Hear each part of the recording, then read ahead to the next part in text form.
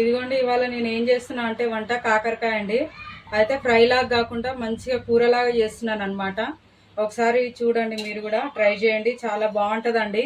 ఎప్పుడు ఫ్రైలాగా ఇంత ఇంత ఆయిల్ వేసుకొని చేయకుండా కొంచెం కొద్దిగా ఆయిల్తో మంచిగా కర్రీ ఎవరైనా తింటారండి ఇష్టంగా, పిల్లలు కానీ ఎవరైనా. ఒకసారి మీరైతే ట్రై చేయండి.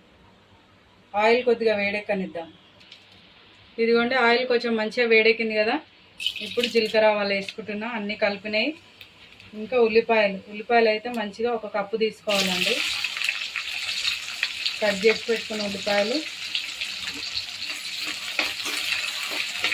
కొద్దిగా కరివేపాకు వేసుకున్నాము.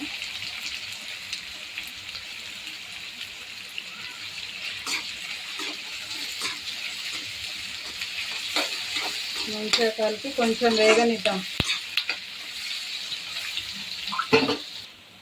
ఇదిగోండి ఉల్లిపాయలు మంచిగా వేగినాయి కదా. ఇప్పుడు కొద్దిగా పసుపు వేసుకుందాము, ఇంకా కొన్ని పచ్చిమిరపకాయలు వేసుకుందాం, కలుపుకుందాం మంచిగా.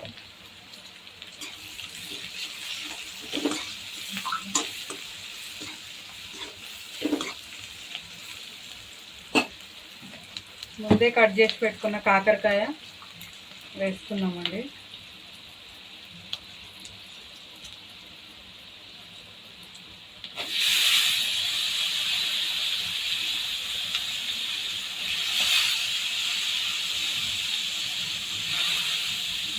బాగుంటుందండి ఈ కాకరకాయ, ఒకసారి ట్రై చేయండి. మామూలుగా ఉంటుంది అన్నమాట, చేదు ఏమంత ఉండదు.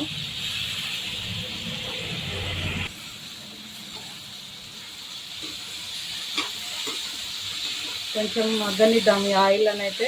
ఈ కాకరకాయ కొద్దిగా మగ్గిన తర్వాత ఉప్పు వేద్దాం.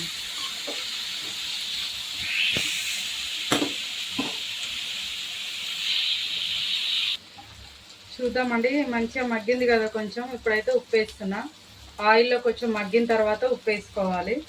అప్పుడు ఈ ఉప్పుకు ఇంకా కొంచెం మంచిగా మగ్గిపోతుంది అన్నమాట.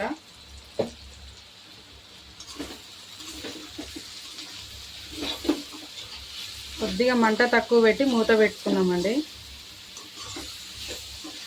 ఉప్పుకి మంచిగా మగ్గిపోతుంది అన్నమాట.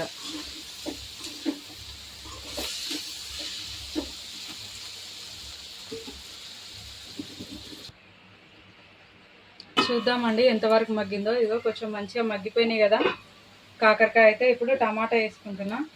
ఏదైతే నేను కప్పు ఉల్లిపాయ వేసుకున్నానో అదే కప్పుతో టమాటా అయితే వేసుకుంటున్నానండి.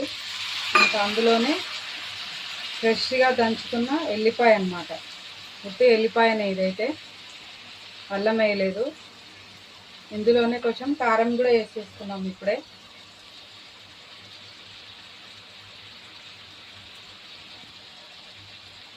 కొద్దిగా 1 స్పూన్ కారం, ఎందుకంటే కొన్ని పచ్చిమిరపకాయలు వేసుకున్నాం కదా, అందుకనే కారం కొంచెమే వేసుకున్నాం అన్నమాట. ఇప్పుడు మంచిగా కలుపుకుందాము. మంట తక్కువ పెట్టి మూత పెట్టుకోవాలండి. అందులోనే మంచిగా మగ్గిపోతుంది అన్నమాట. ఈ ఎల్లిపాయ ఫ్లేవర్ అదంతా మంచిగా కర్రీకి అంతా పడుతుంది. ఇదైతే సూపర్ ఉంటుందండి, ఎవరైనా తినొచ్చు అన్నమాట.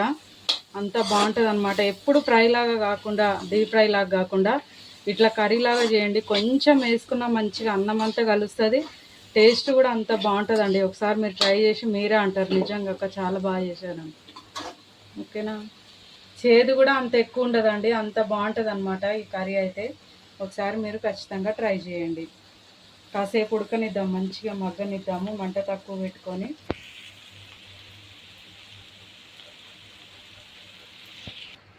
చూద్దామండి ఎంతవరకు అయిందో.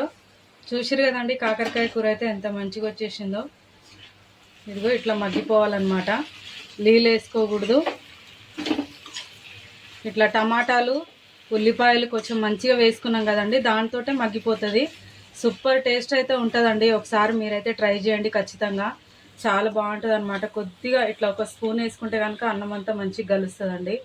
ఓకేనా అండి. నా ఛానల్ ఫాలో అవుతూ ఉండండి, సబ్స్క్రైబ్ చేసుకోండి. ఇలాంటి ఫుడ్ వీడియోస్ అయితే ఇంకా చూపిస్తూ ఉంటాను. ఓకేనా, బాయ్. గిన్నెలోకి అయితే పెట్టుకుందామండి.